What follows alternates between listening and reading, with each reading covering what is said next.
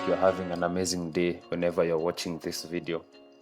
So today's video will be a bit different, and it will mark the beginning of a new series that I'm bringing on to this channel. Now, for some time, a lot of people have been requesting for me to share my trading style or my trading system, and I've been trying to hold this series for quite some time, but I believe it's probably the best time to just start this series. Now, this series will be called the Profiton FX trading system, and here I'll be sharing educational content. I'll also be sharing my trading system, everything that I know and everything that I've been practicing for the past few years, and hopefully it will be beneficial to all the beginner traders. At least it will give them a chance to reduce their learning curve in this Forex business. Now, before we start this series, I want to point out one or two things. This series will not be Forex from scratch. I'll not be teaching Forex from scratch. If you are yet to know the basics about Forex, if you don't know pips, if you don't know the parts of a candle, if you don't know how the market maybe moves, the faces and all that stuff, it will be better if I refer you to babypips.com. It's a website, very good for beginner traders. Probably most of the best traders currently started from that website, and it also provides a free course. So I would advise you to go to that website. Probably watch the kindergarten and the preschool. Then from there, maybe you can pick up with this series. Now, without wasting any more time, we are going to start this series with our first episode, or our first lesson, being our trading strategy. So here I'll be sharing just a complete overview of what my trading strategy is. It will just be basically the skeleton. I'm not going to dive deep into everything that I consider in my trading strategy. That will be done progressively with the other videos. Now, before we begin, I'd like to share a short history of some of the trading strategies that I have practiced before. And in no way am I saying that these strategies are wrong. Actually, some of the strategies that I practiced a long time ago are the same that I'm currently practicing, despite should I say neglecting them or moving to other strategies. So some of the strategies that I actually practiced a long time ago are the ones that I came back to and I'm currently practicing. Now, some of these strategies you may know. I'm just going to go through them. There'll be no much explanation. Now, one of them is the London breakout strategy. You look at the highs and the lows in the Asian session, then you wait for the London session, and you wait for the break of the high and the low before the break of the high and the low will determine what direction you are going to be trading during the London session. We have horizontal support and resistance. Now, this is very key to trading, especially to technical traders, and it is applicable to almost all traders. We have the trend line strategy. Here you basically look at the trend, you place a trend line, and you wait for price to bounce off of that trend line.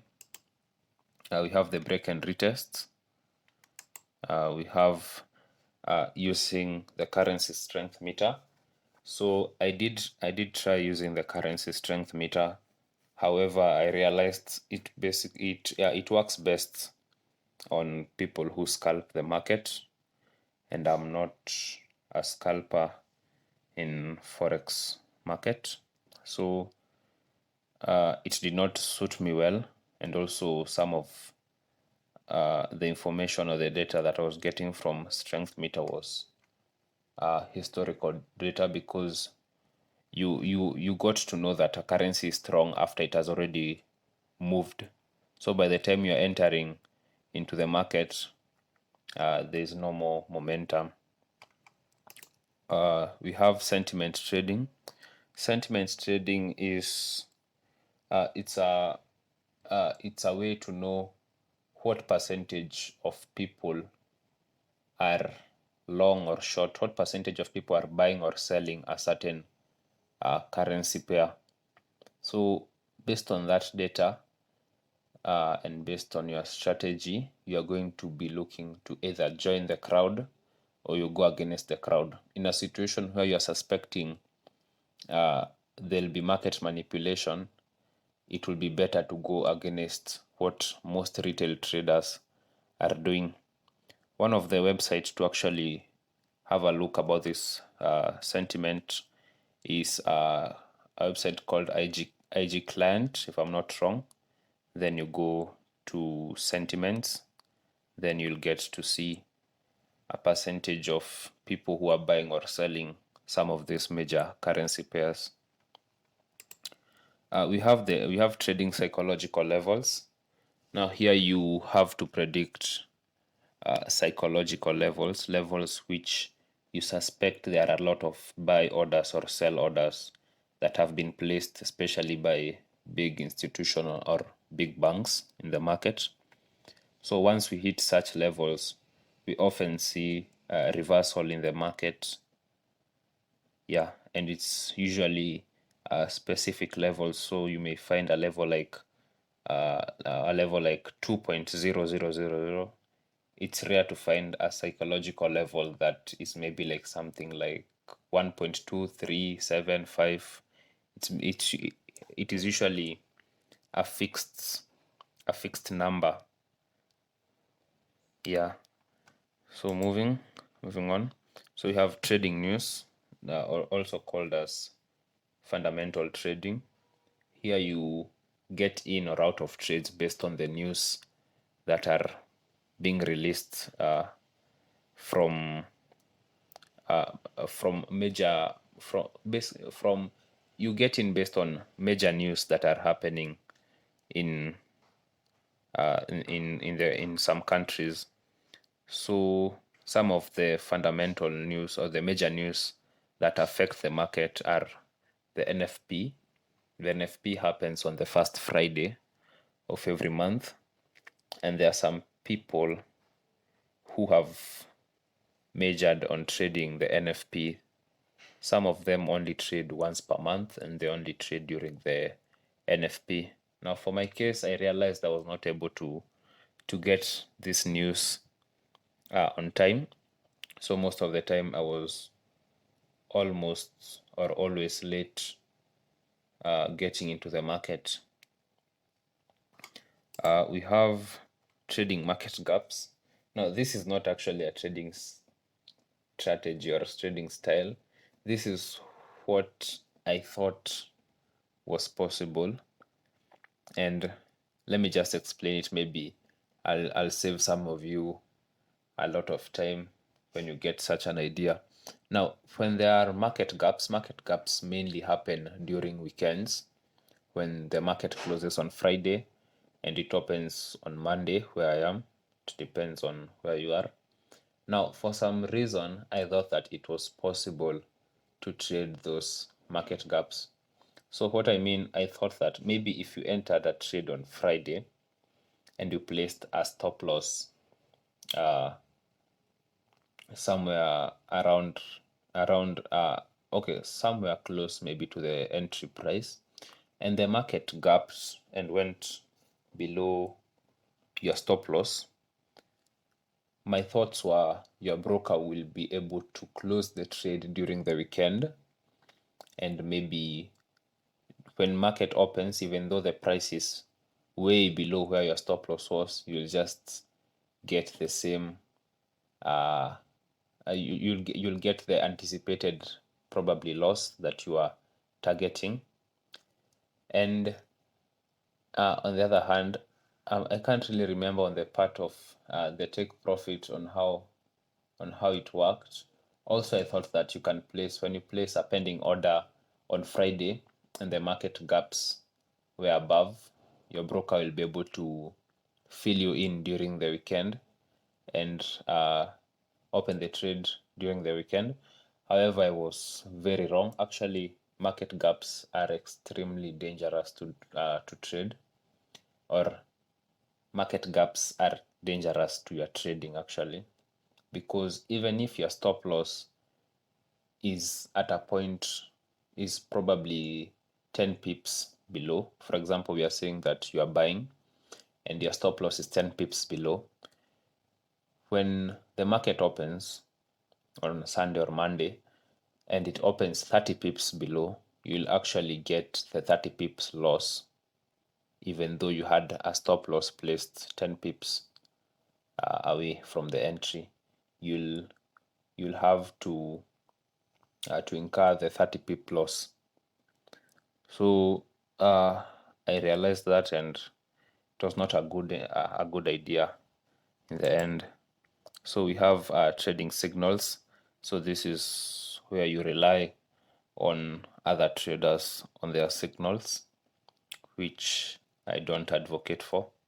Actually, I'm really against trading signals. If you have to trade using signals, make sure you are doing that while learning, so that at some point in time you can take over and get the signals from your brain.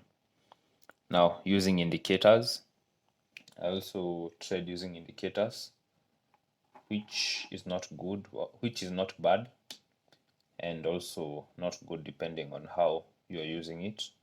I know people who are profitably trading using indicators, and I know many more who are not profitable using indicators. So it just depends on your trading style.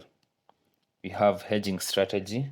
Now, hedging strategy, this may require another video by itself if you like to hear my story on hedging strategy. So hedging basically is taking a buy and a sell on the same currency pair. There's a lot of explanation on how you make profit from that, but it's very risky. It's very risky, especially if you don't have the information that the information the big banks have.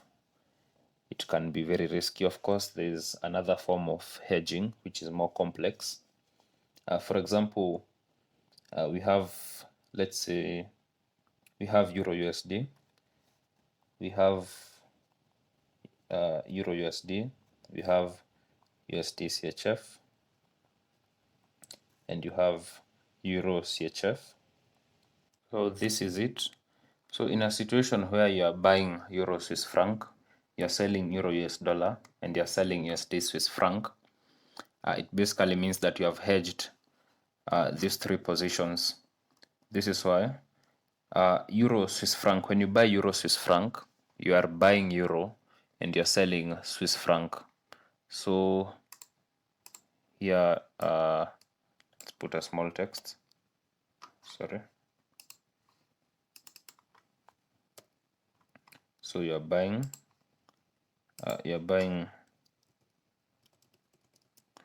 so you're buying Euro here and you're selling Swiss franc. Here on the second case, you are buying US dollar because you are selling Euro USD, you are selling Euro, you are buying US dollar. Then here on the third case, you are buying Swiss franc because you are selling US dollar and buying Swiss franc. Now on the second case, on the other currency pairs,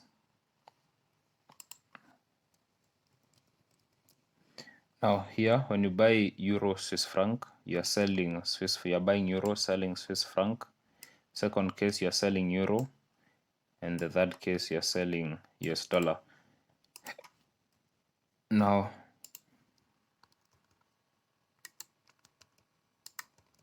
now this is the case. So this is hedging because you're saying on the first case you are buying euro, but on the second case we are selling euro. In the first case you are buying, we are selling Swiss franc. On the third case we are buying Swiss franc. Second case we are buying US dollar, and the third case we are selling US dollar. Now this is complex hedging. This is a course on its own. I'm not really sure how it makes profit, but it somehow works for some people. So just that's just an overview on how it works. Moving on, we have use of expert advisors.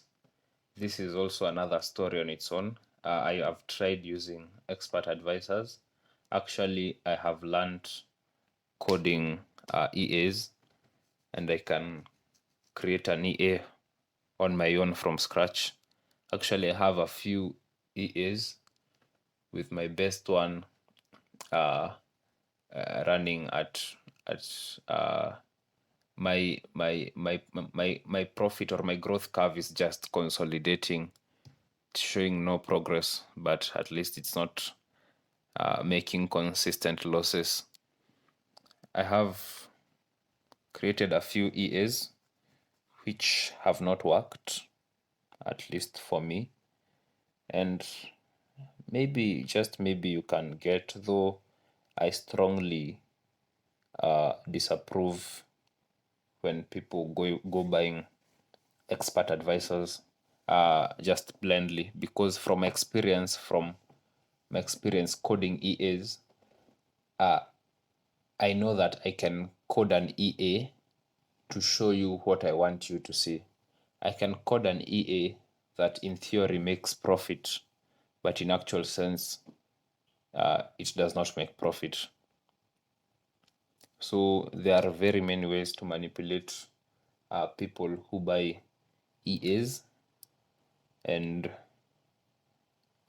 unless you know somebody who has a very good track record of specific EAs, I will not advise going for that route. Now that's it for the short history that I just wanted to share with you. Now we move on to the actual trading strategy. Now my trading strategy is basically two statements. Though this is just the first statement, this is the main strategy that I'm currently working on. So I take a trade based on a clear break and retest of horizontal levels, following the direction of the overall trend after a suitable price action confirmation. Now this is the strategy that I've been working with. For those who follow me on Telegram, they know the kind of setups that I take, and they resonate with what I have here. So I have majored on break and retests, and I also work mainly with horizontal levels. Now the horizontal levels are basically the horizontal support and the horizontal resistance. I occasionally use trend lines. I occasionally use trend lines and many other things, but this is just an outline of what I majorly do. So I have specialized on break and retests. And I usually follow the overall trend. I avoid countering the trend. I was once told, if the market is in a bullish movement or a bullish trend, go long until you're wrong. That's really good, because you'll often be on the right side of the market without constantly anticipating a reversal, which you are not sure when it will happen. Now, another thing that I've also been practicing lately, I've not yet implemented it into my strategy is trading consolidations.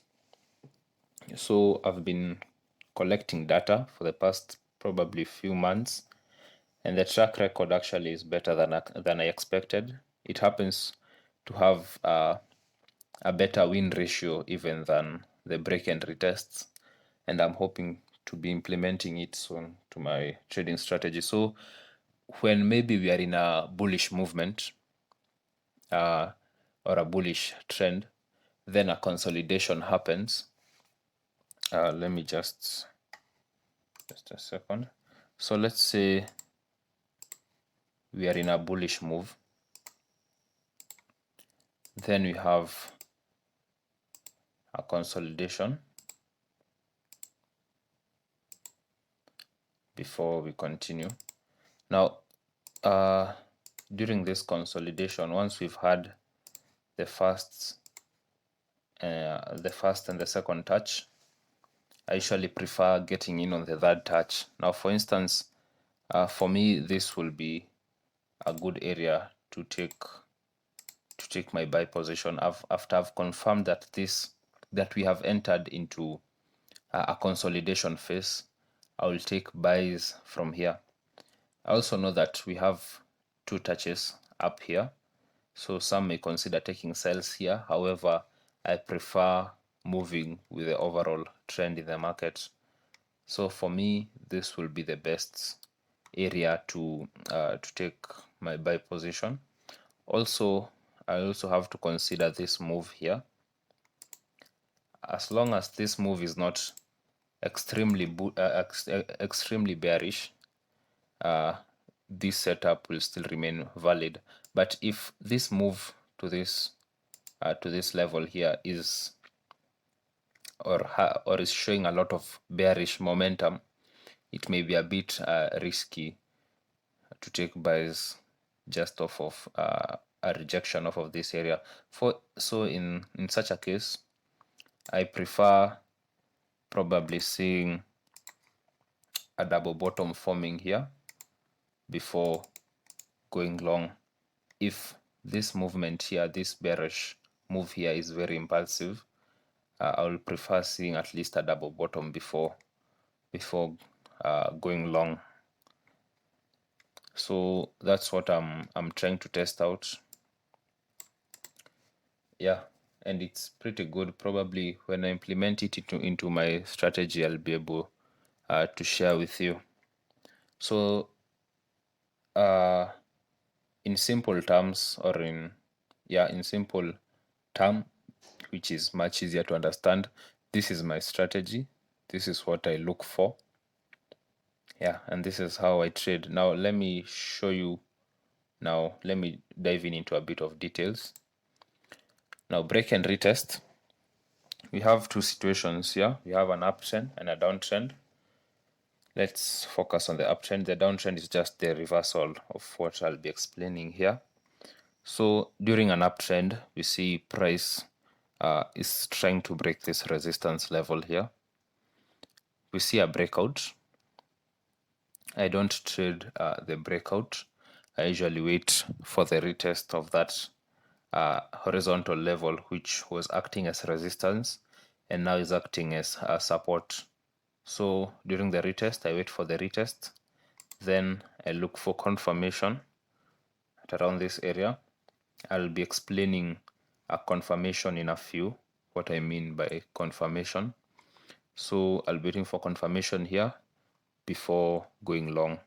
Now this is the retest level that I'll be looking for. If price happens to break below, the setup becomes invalid, which happens quite often, and it's normal. So that's what I look for in a bullish trend. I look for the breakout, the retests, and then confirmation before taking buys. Now some people may ask, what does it mean when we say break and retest? Why does the retest usually happen? Now the retest happens mainly because once we see a breakout, at this level, what happens is a lot of pending buy orders are usually placed at this retest level, especially by big institutional traders or even the big banks. A lot of buy orders are usually placed at this retest level here. So once price breaks above, we wait for this retest. That's one of the reasons why we usually come back here. Once price comes back here and the level is able to hold, it adds up to a confluence to go long or to take buys, because once you see the level has held well, you see it is an indication, or when you see there's rejection at this level here, I'm trying to explain because I've not yet explained what confirmation means, so I'm trying to just put it in simple terms. So once you see rejections at this level and price is unable to break back below, it adds up to a confluence that the bulls are still in control of this market, and most probably a lot of buy orders have been filled at this retest level here. So that's one of the reason. Another reason is to get a better entry. At this level, and the third reason is to avoid fake outs. Now, breakouts are often followed by fake out. According to some statistics, fake out happens at least 3 out of 5 times. I'm not really sure how about that, but actually I know people who have specialized in trading fake outs specifically, and that is just their trading style. Once they see a breakout, they wait for a break back in, and if it happens quite fast, it's usually an indication of a fake out happening. Then they will enter a sell once we've broken back below, and more often than not, they are usually correct. So yeah, that's the third reason why we use the retest method, the break and retest. Now let's move on and let me explain what confirmation I mean.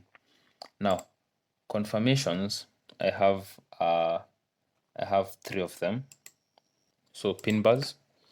At the retest level, I usually look for pin bars, pin bar candles.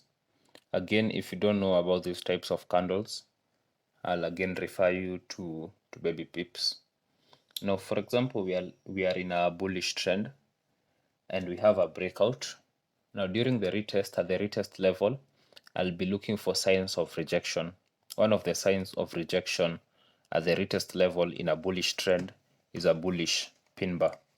So a bullish pin bar indicates that price has moved to this level and we have rejected, and finally we have closed above our entry. Also, a bullish pin bar can also close red as long as the body is at the top part of the candle and it has a long bottom wick. So this is one of the confirmations that I look for. I'll be explaining here, but then we'll move to the actual to the charts in the forex market, and I'll show you examples of what I'm talking about. So another thing I look for is the engulfing candles, or the Marubozu candles.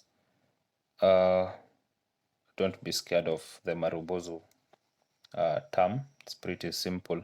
So at the retest level, I look for an engulfing candle. In a situation where we are in a bullish trend, I look for bullish engulfing candle to indicate momentum. These are also called momentum candles to indicate momentum. Marubozu, on the other hand, is very similar to an engulfing candle, only that it usually has little to no wicks on its bottom and top part. So a Marubozu candle shows more strength or more momentum in the market, because it shows that the market, or probably the hourly candle or the 15-minute or the daily candle, closed at its highest point, and we are likely to see a continuation. So those are two of them. Now the third one I have not included here, but it is just a combination of probably these two, and I like to identify it as a multiple rejection. So during the retest, we may see multiple rejection. Probably during the multiple rejection candles, we may see pin bars. We may also see engulfing or marubozu candles. So that is also one of the things that I look for as my confirmation. We move on. So I've explained just briefly of what I work with, how I look at things. Now I'll be explaining some market structures that are very key to trading this market, that they usually line up with my break and retest in one way or another. Now, one of the market structure is the market reversal pattern. I prefer the wedge patterns. So let me just explain that enough. Yeah? Now, the wedge pattern, there are multiple wedge patterns. There are the continuation wedge patterns, and there are the reversal wedge patterns. Let's start with the continuation wedge pattern. So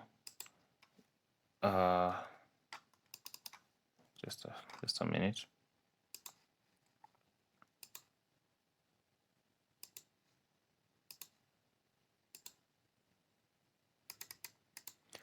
So let's say we are in a bullish trend. I'll be using bullish trend often. The bearish trend is just the opposite. So let's say we are in a bullish trend. We hit this level and we start forming an upward sloping wedge pattern. This is more often accompanied by a breakout to the top side. Then I wait for my retests. Sorry.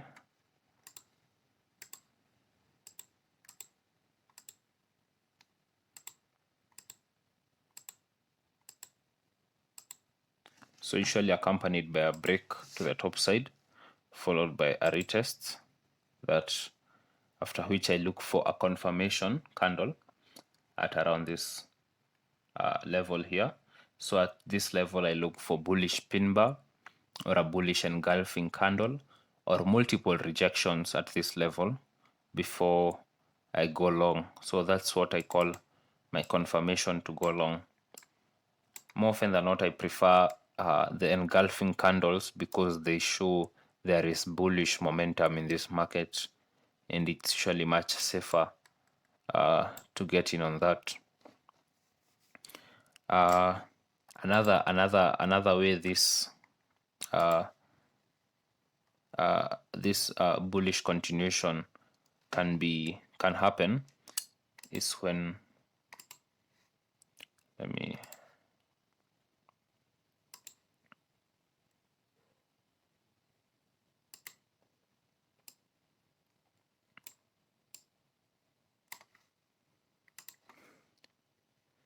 again, we have a bullish trend. Price comes to this level,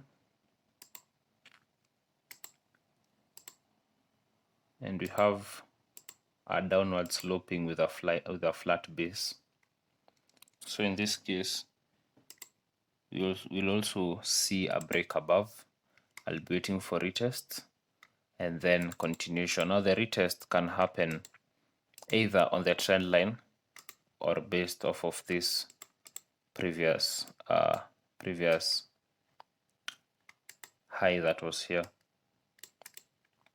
So either way, it will be good. So these are two. This one is a rising wedge with a flat top. This is a falling wedge with a flat bottom.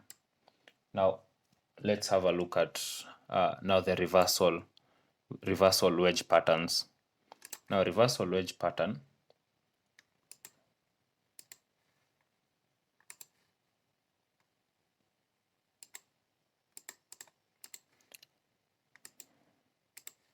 Now reversal wedge pattern. Again, we are in a bullish trend. Then we get to this level here. We start bouncing off of this level. Now this one is often accompanied by a break below, then a continuation. Sorry, I don't know why that's happening.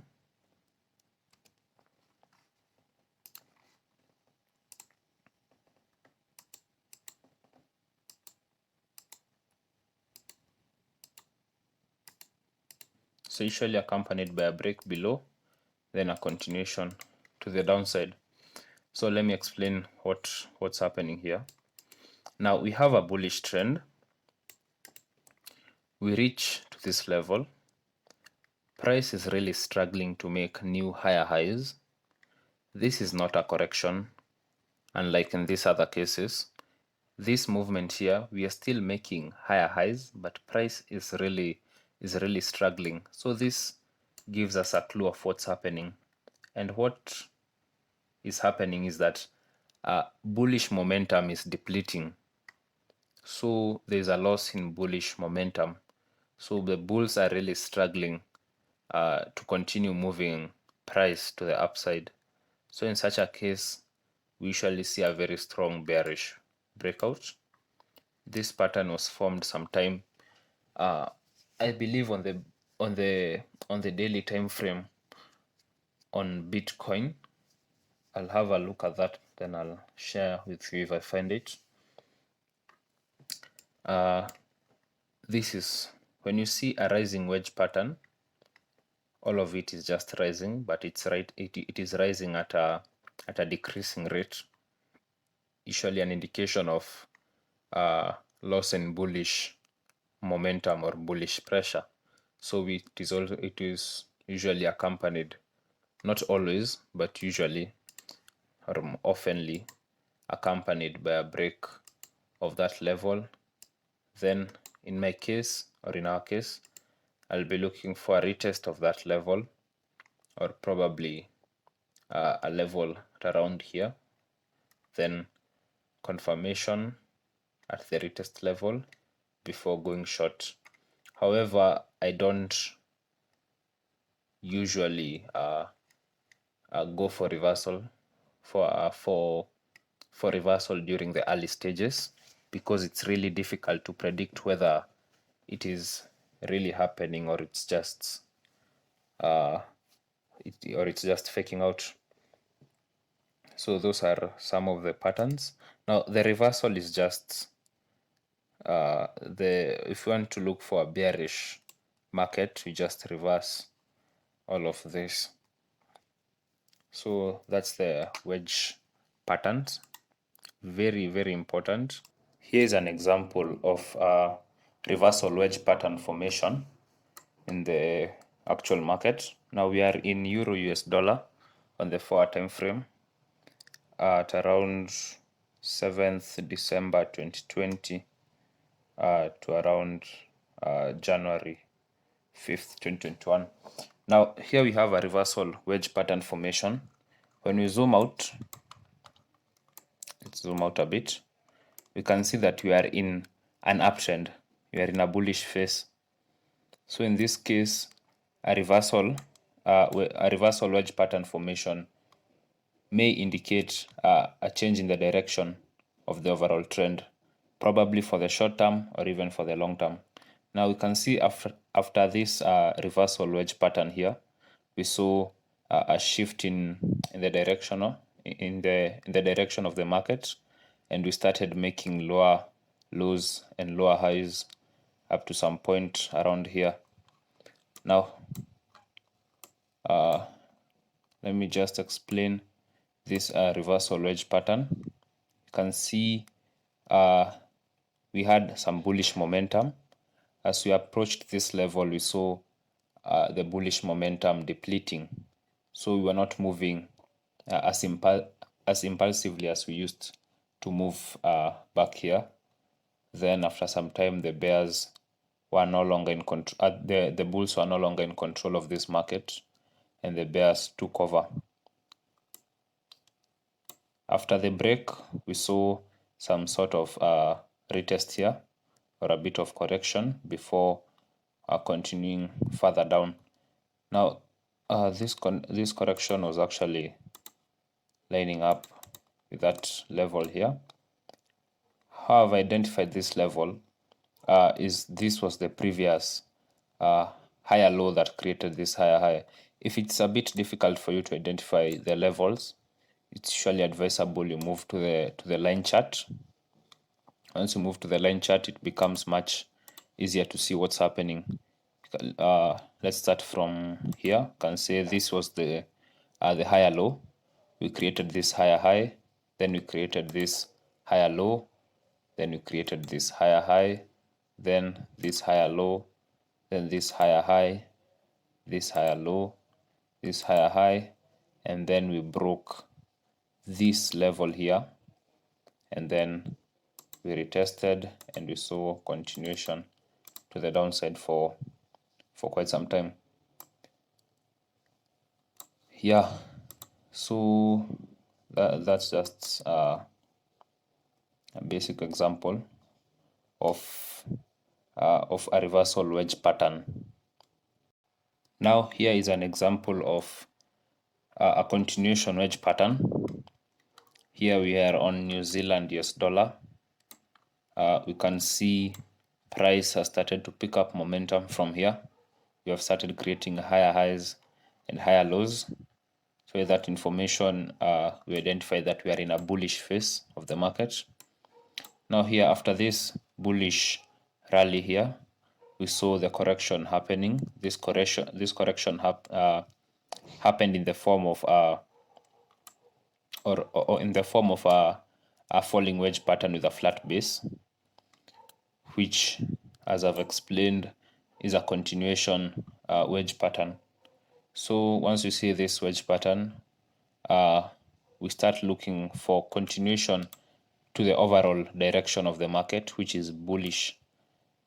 And true to that, we saw market continue for quite some time to the upside. Now, a level that we could have identified, the closest level was around this level here.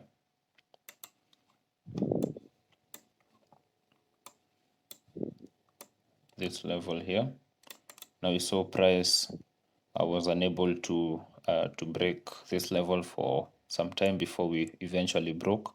Now this is not an ideal entry point here, because this retest is this break and retest is too small, and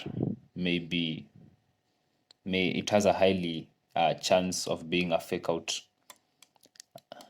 So a good entry point would have been at around this area here, after we've seen two rejections and this candle closing on almost a bullish pin bar. This would have been a great area to take buys. So this is an example of continuation wedge pattern. However, these patterns, as I'm explaining, of course, have sifted out the best, or those that are playing out. Sometimes these setups don't play out as expected. That's why we have to apply confirmation to entry. Now, confirmation, as I've explained, there are those price actions, so that you can see what exactly is happening in the market. Let me just show you an example of where the wedge pattern seems to not work. Now, just recently, actually, on GJ, if you look at your charts, probably a few days from now, because I'll be uploading this video a bit later, you can see that we formed a falling wedge pattern with a flat base, and on the overall direction of the market, we are in a bullish phase. However, we've seen that just a few, probably hours ago, the level was unable to hold further, and we are seeing that price is trying to break below. So this may be because the price has not yet found or has not yet created the higher low before making a push to the upside. So we may see creation of the new higher low at some point below here. But of course, me being a trend trader, I wouldn't be looking to take short positions here. I'll wait to see the formation of the new higher low before starting to look for buys in this market. So this is an example of where this continuation wedge pattern has failed to hold its reputation. So for instance, here I would have been looking for probably a break of either this level here or a break of this level here, or even this previous high before going long. These are the levels that I'm talking about. That one, there, and around there. So you should not just blindly take buy positions at around this area before having enough confirmation that we are returning back to the bullish trend. Okay, so that's a good example of a continuation wedge pattern when it's effective and when not effective. The next one is the head shoulder pattern. Now this is also very important to understand, and it's also a very key pattern which is usually highly profitable. Now in such a case, we have a level here. So we see a price come to that level, create a shoulder, then a head, then another shoulder, then we usually see a break below, a retest, continuation. Now head shoulder patterns are very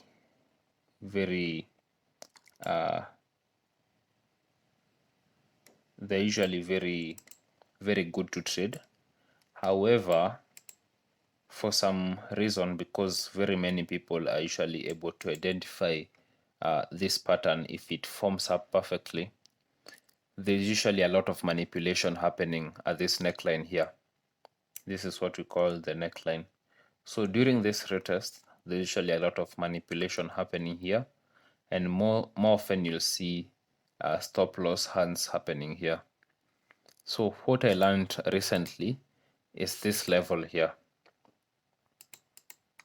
So most of the times, if you are able to identify a head shoulder pattern forming, which is sometimes quite rare to identify it in its early stages, the best place to be entering sells will be at this level here. This is also a good level. However, this level here is not prone to a lot of manipulation in the market. So that's just a few tips here and there. So in my situation, how do I trade head shoulder patterns? Now, I trade head shoulder pattern when I see we are probably in a bullish trend. Then during the correction, I start looking for formation of head shoulder pattern before I enter on the retest, or probably at this last shoulder. Let me just make it much clearer.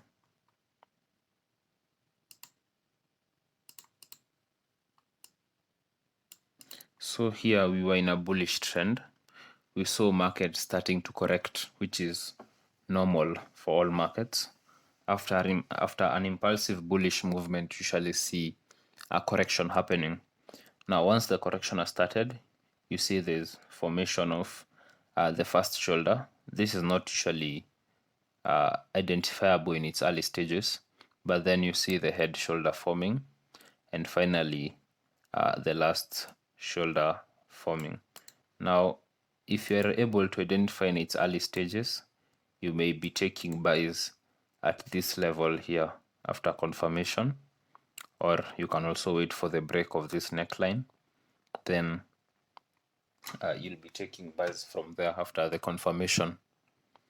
So that's the head shoulder pattern and how I like to view it from my perspective. For the head shoulder pattern, we have an example here. We're going to start with a reversal head shoulder pattern here. So let's zoom out a bit. So when we let's look it from this perspective. Of course, here we have a major support level, but when you look from this angle here, we have a short-term bearish trend. So once we approached this major support here, we saw there was formation of head shoulder pattern. Now this is the left shoulder. We have the head, and then we have the right shoulder.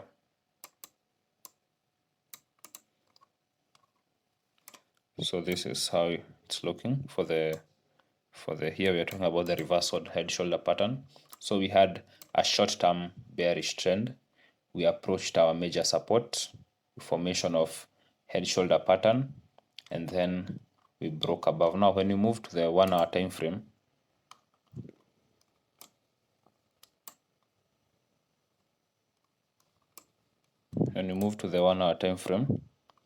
you can see it much clearer. So we saw a head shoulder pattern forming here. We had our touch here at the major support, and then we saw a break of this level here, which is now acting as the neckline of this head shoulder pattern. We saw a break, we saw a retest, and we saw immediate rejection off of this level, forming something close to a bullish Marubozu candle. So with that information, we could have been looking to take buys from there, placing our stop around 40 pips just below the recent low, and then targeting this recent high based on the data we have here. This was clearly a critical horizontal level, and with that we would have exited the trade at around 1.94%. Of course, not the best of the risk reward ratios you can get, but it will work too. So that's an example of a reversal head shoulder pattern. Here we have an example of a continuation head shoulder pattern. Now on silver, when you look at this market, you can see we are having bearish impulsive moves and we are in a bearish trend. So in our case here, we'll be looking for selling opportunities. Now when we come to this area here, we have an impulsive bearish move here, and we are forming some sort of a correction at around this area here. Now this is the correction for this bearish impulsive move. Now during this correction, we saw price form some sort of a head shoulder pattern. We saw price form the left shoulder here. We saw the head and then the right shoulder. Here it is. So we saw the left shoulder, the head, and the right shoulder before having a break from the on the neckline. Then we saw a retest, and then followed by a continuation to the downside. Now for this retest, our confirmation for entry at the retest of the neckline would have been quite a good number. Actually, we would have considered multiple rejections off of this level. We have multiple rejections. Also here, we have a bearish pin bar candle here. If you can see it at around this level here. Just a second. This candle here has formed a bearish pin bar. And of course, if you are too careful also, you would have entered at this bearish engulfing candle here. Placed your stop loss slightly above the recent high that was created as we retested the level. Then based on our previous data, our long-term take profit level would have been at around that area. So that would have been at least more than 1 to 3 risk reward ratio.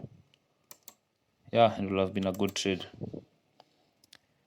So that's an example of a continuation head shoulder pattern forming in the market. Now these head shoulder patterns, of course, they are sometimes difficult to identify, but for some reason they are notoriously good to trade this head shoulder pattern. Some people who are able to identify these levels much earlier in their formation usually get in on their positions at the right shoulder at around this area here. Once they see enough rejection, they get in at the right shoulder, because sometimes the retest at the neckline is usually subject to a lot of market manipulation. So for those who are able to identify it much earlier, they usually get in on the right shoulder here. There's not a lot of manipulation happening there. So that's an example of a head shoulder pattern. We move on to the flag patterns. Now flag pattern is similar to what we've just seen about the wedge patterns. Now the flag pattern, let's say we are in a bullish trend. During the correction phase, you see formation, something of the sort, then up. So this is what we call a bullish flag. So a bullish flag happens in a bullish market and usually counters the trend. So a bullish flag usually goes down in a bullish market, and a bearish flag goes up in a bearish market.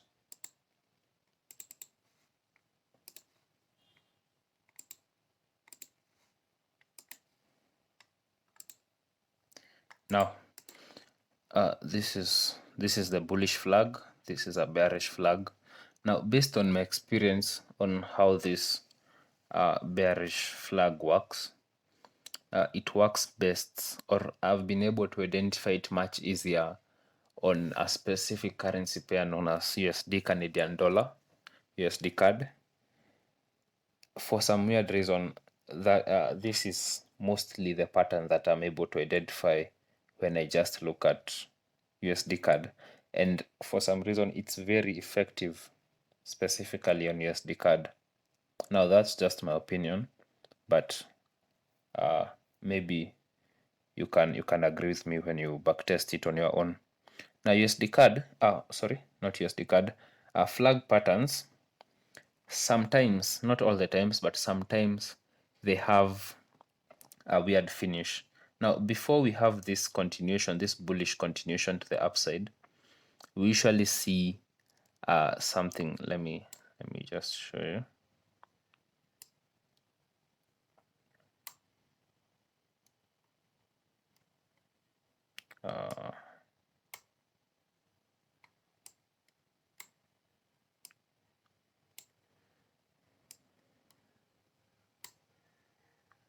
Now before we see this bullish impulsive move to this bullish impulsive move, something weird usually happens before that happens.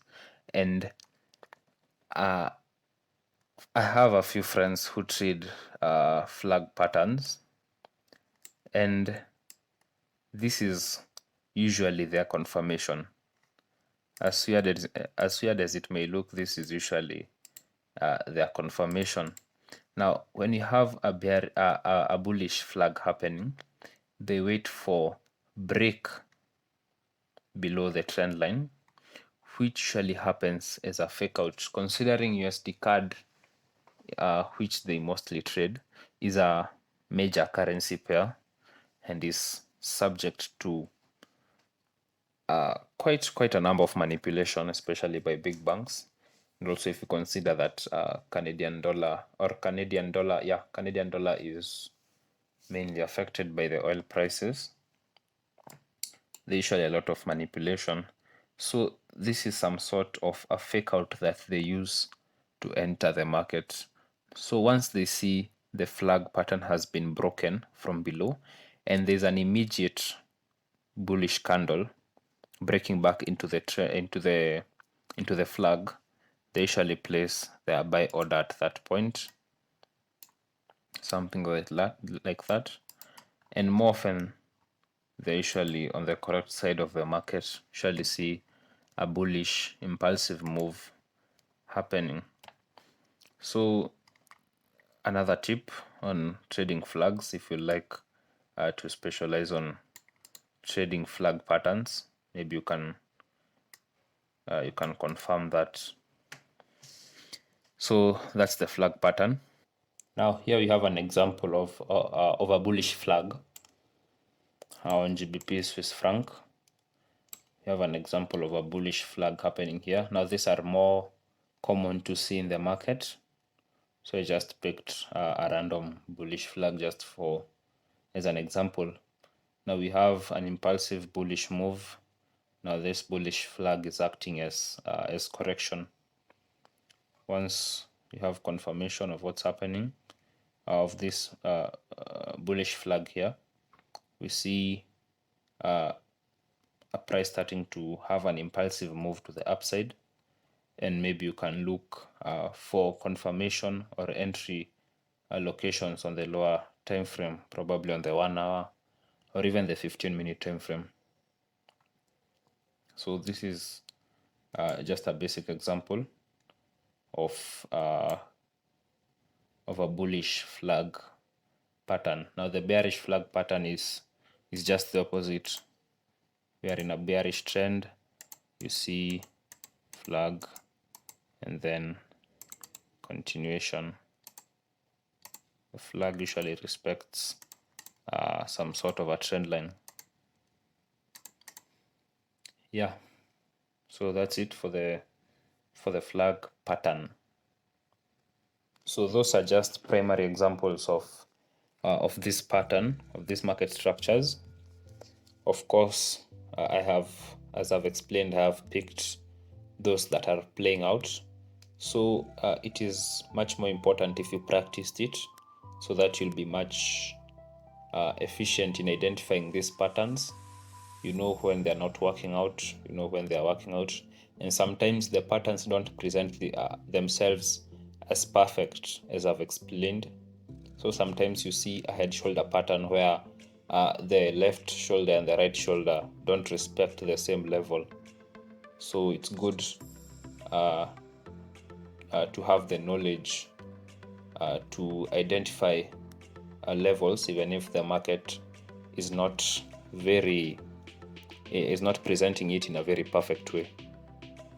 So make sure you do a lot of practice. It helps a lot, and I'm sure you'll get better at it. Yeah, that's everything for this first lesson, and I really hope you enjoyed it. I'll try my best and upload these lessons on a consistent basis, though it's not a promise. I'll try my best to the maximum of my ability. Now, on the next lesson, we are going to be looking at how I place my horizontal levels, how I identify my horizontal supports and horizontal resistance. Also, we are going to look at how I place my trend lines, which I often don't use trend lines, but sometimes I make use of the trend lines just to add on to my confluences. So that's it for lesson 1, which was my trading strategy. I hope you learned a few things, and we'll